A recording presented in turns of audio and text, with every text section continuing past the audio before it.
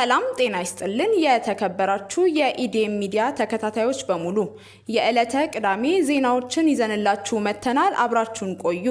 ታዲያ ቻናላችንን ሰብስክራይብ፣ ሼር በማድረግ አብሮነታችሁ አይለየን። በቅድሚያም አርዕስተ ዜና። አሜሪካ የመኖሪያ ፍቃድ የሌላቸው ስደተኞች ወደ ሀገራችሁ ተመልሳችሁ አመልክቱ ማለቷን ገለጸች። በሙሰኛ ባለስልጣናትና ፖለቲከኞች ላይ የሞት ቅጣት እንዲደነገግ የሚል አጀንዳ ይዘው የቀረቡት እጩዎች አሜሪካ ለታይዋን ልትሸጥ የነበረውን $14 ሚሊዮን የሚያወጣ የጦር መሳሪያ በኢራን ጦርነት ምክንያት አቋረጠች። የኦክስፎርድ ተመራማሪዎች በወራት ውስጥ ዝግጁ የሚሆን አዲስ የኢቦላ ክትባት እየሰሩ መሆኑን ተናገሩ። መቄዶንያ እየሰራ የነበረውን የሆስፒታል ህንፃ አሁን ወደ ማጠናቀቅ መድረሱንና ሌላ አዲስ ግዙፍ ህንፃ ወደ ማስገንባት እንደገባም ገልጸዋል። የአሜሪካ የውጭ ጉዳይ ሚኒስቴር ኢራን ሆርሙዝን የማትከፍት ከሆነ አንድ ሰው የሆነ ነገር ማድረግ አለበት አሉ። ወደ ዝርዝር ዜናዎች የምንሄድ ይሆናል። በድጋሚ አብራችሁን ቆዩ። አሜሪካ የመኖሪያ ፍቃድ የሌላቸው ስደተኞች ወደ ሀገራችሁ ተመልሳችሁ አመልክቱ ማለቷን ገለጸች። የፕሬዝዳንት ዶናልድ ትራምፕ አስተዳደር የመኖሪያ ፍቃድ የሚጠይቁ ስደተኞች በመጀመሪያ ከአሜሪካ እንዲወጡ እያስገደዱ መሆኑን ተናገሩ። የአሜሪካ የኢሚግሬሽን አገልግሎት መስሪያ ቤት በሀገሪቱ ውስጥ ሆነው የመኖሪያ ፍቃድ ግሪን ካርድ የማግኘት ሂደት የሚገደብና አመልካቾች ከሀገር ወጥተው እንዲያመለክቱ የሚያስገድድ አዲስ መመሪያ መውጣቱን ገልጸዋል። ይሄ ውሳኔ ጊዜያዊ ቪዛ ይዘው በአሜሪካ የሚገኙ ግለሰቦች የቋሚ የመኖሪያ ፍቃድ ማመልከቻ ከሀገሪቱ ወጥተው በሀገራቸው ወይም በሌላ ሶስተኛ ሀገር በሚገኙ የአሜሪካ ኤምባሲዎች በኩል እንዲያመለክቱ የሚያስገድድ ነው። የቪዛ ሕግ መጣስ፣ የቆይታ ጊዜ ማራዘም፣ ያለ ፍቃድ መስራት እና ማጭበርበር ደግሞ እጅግ ጥብቅ ምርመራና ቅጣት የሚያስከትለውም ተብሏል። በፊት ያለውን ሁኔታ በመቀየር በአሜሪካ ውስጥ ሆነው የነዋሪነት ሁኔታ ማስተካከል ፍጹም መብት ሳይሆን እንደ ሁኔታው የሚሰጥ ጥቅም ነበር ተብሏል። ተቋሙ ካሁን ጀምሮ በአሜሪካ በጊዜያዊነት ያሉ እና ግሪን ካርድ የሚፈልጉ ማንኛውም የውጭ ሀገር ዜጋ ከተለዩ ልዩ ሁኔታዎች በስተቀር ለማመልከት ወደ ትውልድ ሀገር መመለስ እንዳለባቸውም ገልጸዋል። ምንም እንኳን መመሪያው ለባለ ሁለትዮሽ ፍላጎት ቪዛዎች መጠነኛ ልዩ ሁኔታዎችን ቢያስቀምጥም ሙሉ ዋስትና እንደማይሰጥ በግልጽ አስቀምጧል። መመሪያው እንደ ተማሪዎች፣ ቱሪስቶችና ሌሎች ጊዜያዊ ቪዛ የያዙ ሰዎችን እንዲሁም በህጋዊ መንገድ ገብተው የቪዛ ጊዜያቸው ያለፈባቸውን ጨምሮ በአሜሪካ ዜግነት ባላቸው የትዳር አጋሮቻቸው ወይም ሰራተኞቻቸው አማካኝነት በሚቀርቡ ስፖንሰርሺፖች ግሪን ካርድ ለማግኘት ከመሞከራቸው በፊት ሀገሪቱን ለቀው እንዲወጡ ሊያስገድድ ይችላልም ብለዋል። በሙሰኛ ባለስልጣናትና ፖለቲከኞች ላይ የሞት ቅጣት እንዲደነገግ የሚል አጀንዳ ይዘው የቀረቡት እጩዎች በሰባተኛ ጠቅላላ ሀገራዊ ምርጫ ኮልፌ ቀራኒዮ የምርጫ ክልል 24ን ወክለው በግል እጩነት ለህዝብ ተወካይ ምክር ቤት የቀረቡት ጠበቃና የህግ አማካሪ ወንድሙ ኢብሳ ለከባድ የሙስና ወንጀል የሞት ቅጣት እንዲደነገግ የሚጠይቅ አጀንዳ ይዘው መቅረባቸውን ተናገሩ። ጠበቃ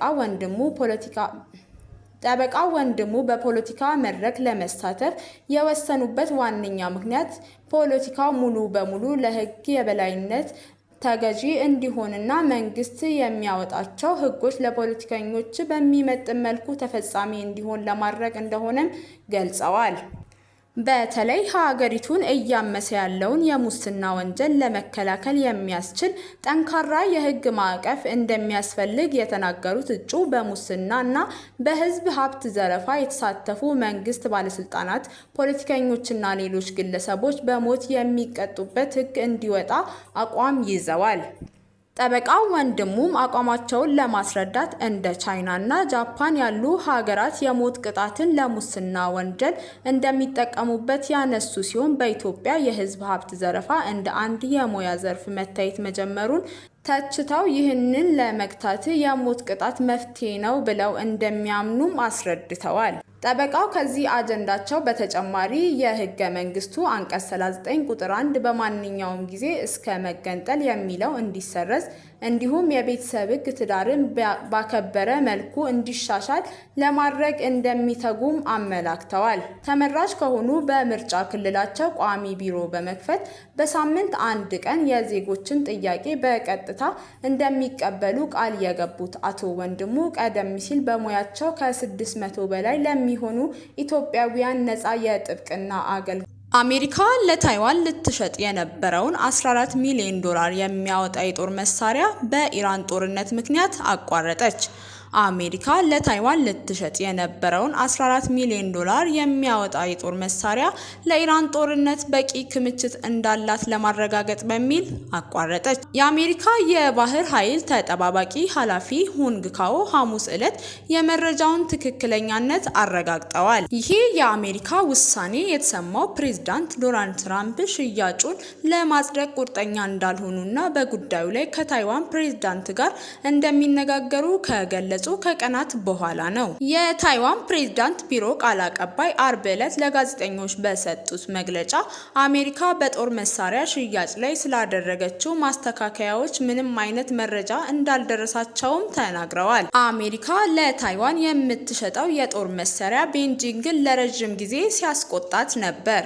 ካኦ ሐሙስ ዕለት በሴኔት ፊት ቀርበው አሁን ለኤፓኪ ፊወር የሚያስፈልገን መሳሪያ ምንም እንኳን በቂ ቢኖረን ለማረጋገጥ ለተወሰነ ጊዜ አቁመነዋል ሲሉ አስረድተዋል። ካኦ የጦር መሳሪያ ሽያጭን በተመለከተ ከታይዋን ጋር አልተነጋገርኩም ብለዋል። አክለውም ሁሉም ነገር እንዳለን እያረጋገጥን ነው፣ ነገር ግን አስተዳደሩ አስፈላጊ ሆኖ ሲያገኘው ለውጭ ሀገራት የምናደርገው የመሳሪያ ሽያጭ ይቀጥላል ብለዋል።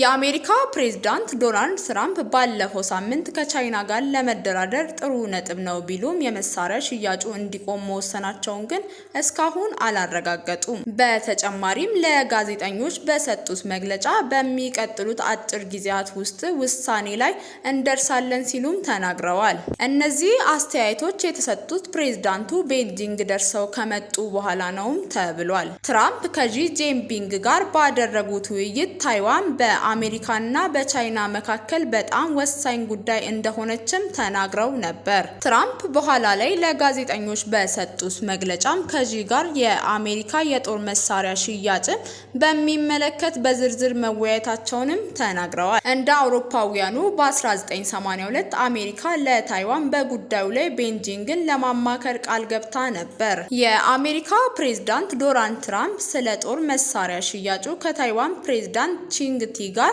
ሊነጋገሩ መሆኑን ተናግረዋል። ዋሽንግተን ለቻይና መንግስት እውቅና በመስጠት ከታይዋን ጋር ያላትን ይፋዊ ግንኙነት ካቋረጠችበት አውሮፓውያኑ 1979 ወዲህ የአሜሪካና የታይዋን መሪዎች በቀጥታ ተነጋግረው አያውቁም። ቻይና ታይዋንን የግዛቷ አካል አድርጋ የምታይ ሲሆን አንድነትን ለማምጣት ልትከተል ከምትችላቸው አማራጮች መካከል አንዱ በኃይል መጠቅለል ነው ብለዋል።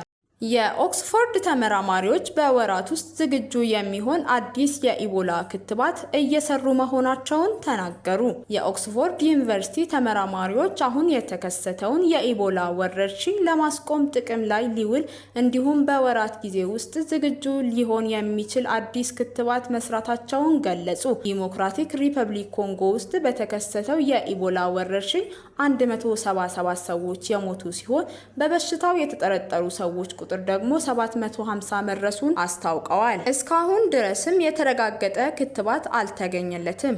የኦክስፎርድ ተመራማሪዎች ወረርሽኙ የሚስፋፋበት እንዲሁም በሙከራ ላይ ያለው ክትባታቸው የሚፈለግበት ሁኔታ ይፈጠር ከሆነ በሚል ስራቸውን በፍጥነት እያከናወኑ መሆኑን ተናግረዋል። የኦክስፎርድ ክትባት ውጤታማ ስለመሆኑ እስካሁን ማረጋገጫ የለም። መጀመሪያ በእንስሳት ላይ ተሞክሮ ምርመራ መደረግ ያለበት ሲሆን እርግጠኛ ለመሆን ደግሞ በሰዎች ላይ ይሞከራል። ተመራማሪዎቹ ክትባቱን ለመስራት እየተጠቀሙበት ያለው ቴክኖሎጂ በኮቪድ ወረርሽኝ ጊዜ ስራ ላይ ሲውል የነበረው ነው ተብሏል። በኮቪድ ጊዜ የቫይረሱን ጄኔቲክ ኮድ በመውሰድ ቴክኖሎጂውን ተጠቅመው አሁን ደግሞ ቡንዲ ቡጋዮ የተባለውን የኢቦላ ዝርያ ጄኔቲክ ኮድ ይወስዳሉም ተብሏል። ክትባቱ በኦክስፎርድ ውስጥ በእንስሳት ላይ እየተሞከረ መሆኑንም አመላክተው አስረድተዋል። መቄዶንያ እያሰራ የነበረውን የሆስፒታል ህንፃ አሁን ወደ ማጠናቀቁ መድረሱንና ሌላ አዲስ ግዙፍ ህንፃ ወደ ማስገንባት እንደገባ ገልጸዋል።